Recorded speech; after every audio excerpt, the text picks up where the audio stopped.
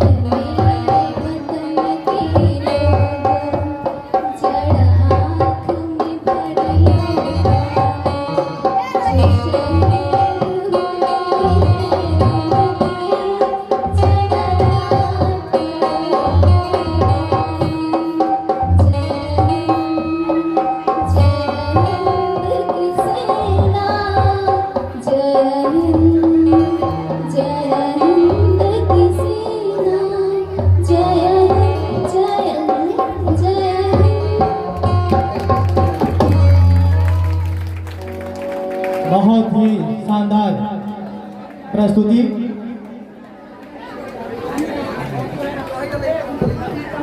अब हमारा कार्यक्रम आगे की ओर बढ़ता हुआ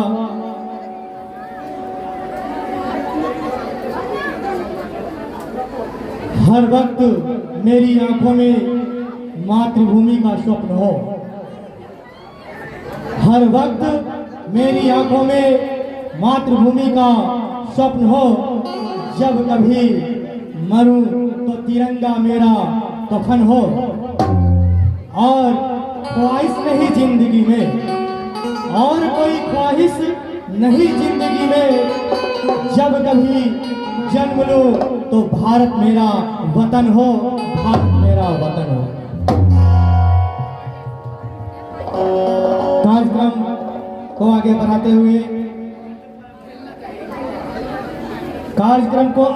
हुए हम आमंत्रित करते हैं इस संस्थान की छात्रा जानवी को। जानवी राष्ट्र के सम्मान में 2 शब्द हम लोगों के बीच रखेंगी। तो एक बार जोरदार करतार ध्वनि जानवी के लिए।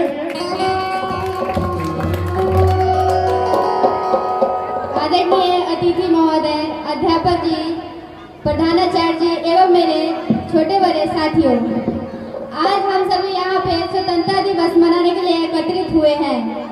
सबसे पहले आप सभी को स्वतंत्रता दिवस की हार्दिक बधाई हो। मैं जाह्नवी कुमारी वर्ग 12वीं की छात्रा हूँ। शुरुआत करती हूँ कुछ लाइनों से।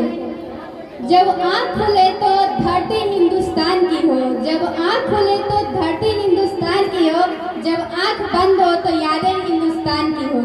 अगर मैं मर भी जाऊँ तो कोई गम नहीं, मरते वक्त मिट्टी हिंदुस्तान की हो। सीने में जुनून, आंखों में देशभक्ति की चमक रखती हूँ।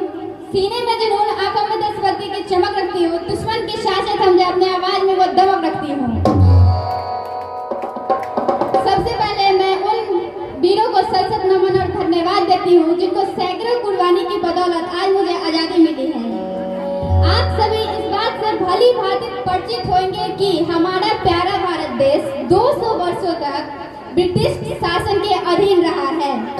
भारत की आजादी के लिए हमारे बहुत से स्वतंत्रता सेनानी अपने प्राण न्यौछावर कर दिए। एक शायरी उन स्वतंत्रता सेनानियों और भारत के सेना के लिए। जिस दिन तू शहीद हुआ, जिस दिन तू शहीद हुआ, न जाने तेरी माँ कैसे सोई होगी। जिस दिन तू शहीद हुआ, न जाने तेरी माँ कैसे सोई होगी। मैं तो बस इतना जानूं कि वो गोली भी तेरे सीने में उतरने से पहले रोई होगी। आज हम स्वतंत्र हैं, इसका श्रेय हमारे उन लाखों वीर जवानों को जाता है जिन्होंने इस आजादी के पावन अवसर के लिए अपना प्राण न्यौछावर कर दिए। हमें भी अपने देश के प्रति कुछ करने की चाह होनी चाहिए, सच्ची आस्था होनी चाहिए। ये जरूरी नहीं कि हम देश के सीमा पे जाके ही दुश्मन का गोली झेलेंगे तो देशभक्ति फैलाएगी। हम अपने घर पर रहकर भी बढ़ती हुई जनसंख्या, अशिक्षा, भ्रष्टाचारी, रिश्वतखोरी आदि के विरुद्ध सक्रिय रूप से भूमिका निभाकर जनता को जागृत कर महाराष्ट्र निर्माण में योगदान कर सकते हैं। भारत एक ऐसा देश है जहाँ विभिन्न धर्म, संप्रदाय, संस्कृति के लोग एक साथ रहते हैं और 15 अगस्त स्वतंत्रता दिवस के इस अवसर को उत्साह के साथ मनाते हैं। इस दिन हमें भारतीय होने का गर्व होना चाहिए। इस उत्सव का प्रयोजन का वाचन करती हूँ, दिल से एक दूसरे का अभिनंदन करती हूँ। ऐसे ही बूंद बूंद बनकर खुशी का सागर बनते रहे, इसी दुआ के साथ मैं अपने भाषण का समापन करती हूँ। एक कविता आप लोगों के सामने प्रस्तुत करना चाहती हूँ और वो कविता का शीर्षक है भारत जैसी आजादी। कृपया आप लोग शांति बना के सुनते हैं।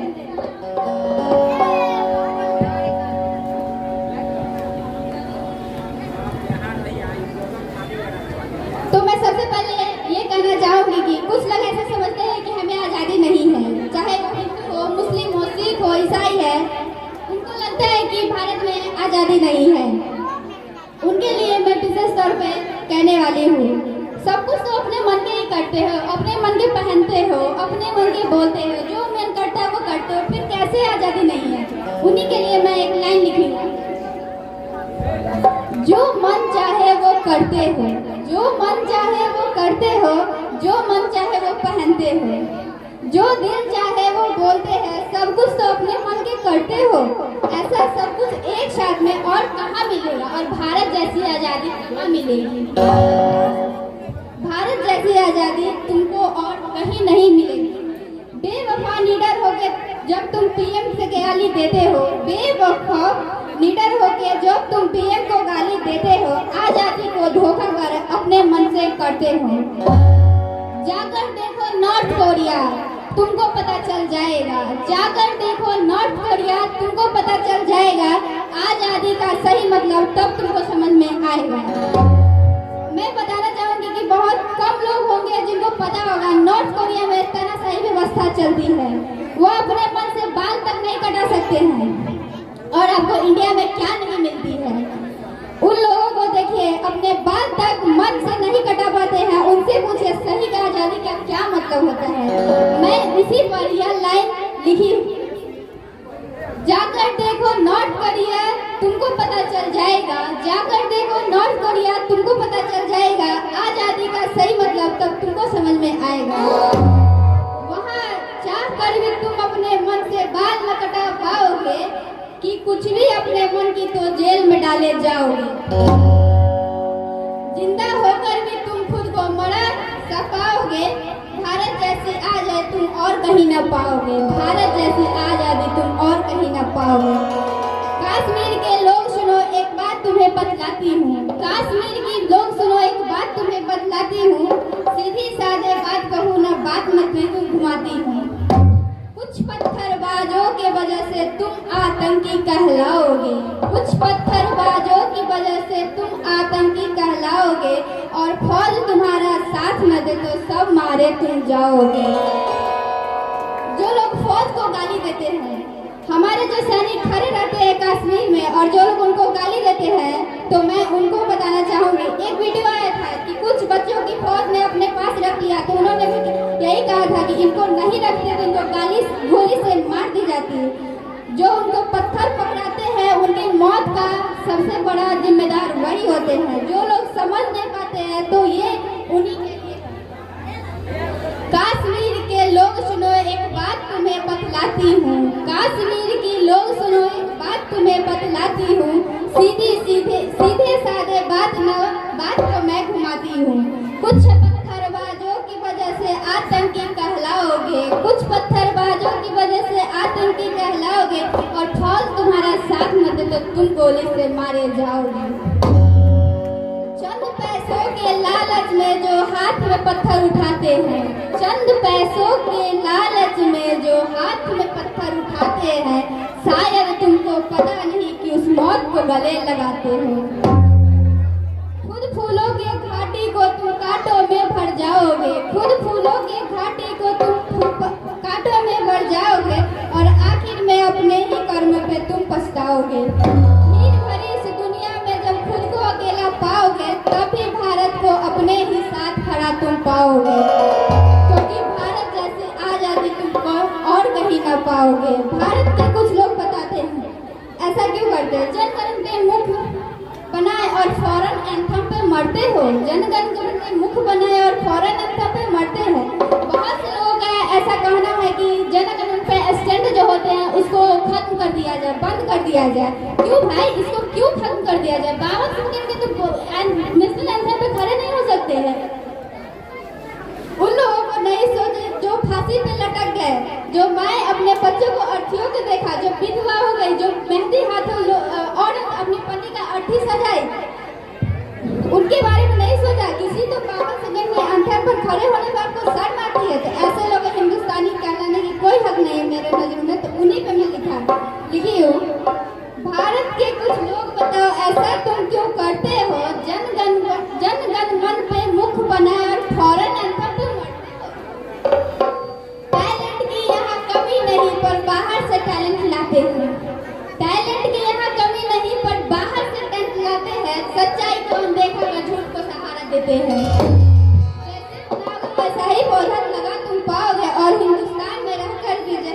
दिखलाओगे। मन है तुम्हारा मैला तो तुम भारत को समझ ना पाओगे। मन है तुम्हारा मैला तो भारत को न तुम समझ पाओगे, क्योंकि भारत जैसी आजादी और तुम कहाँ पाओगे। भारत जैसी आजादी और कहाँ तुम पाओगे। धन्यवाद बहुत बहुत।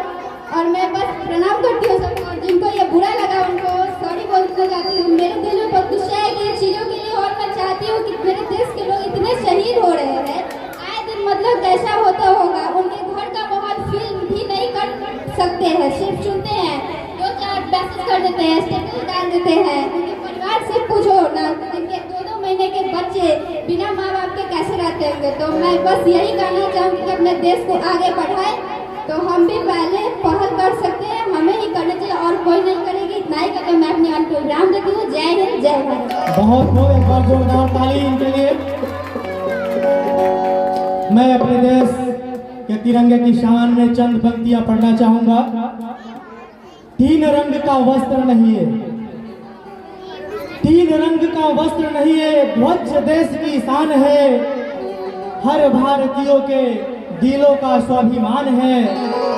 यही है गंगा, यही हिमालय, यही है गंगा, यही हिमालय, यही हिंद की जान है। 3 रंगों में रंगा हुआ ये अपना हिंदुस्तान है, ये अपना हिंदुस्तान।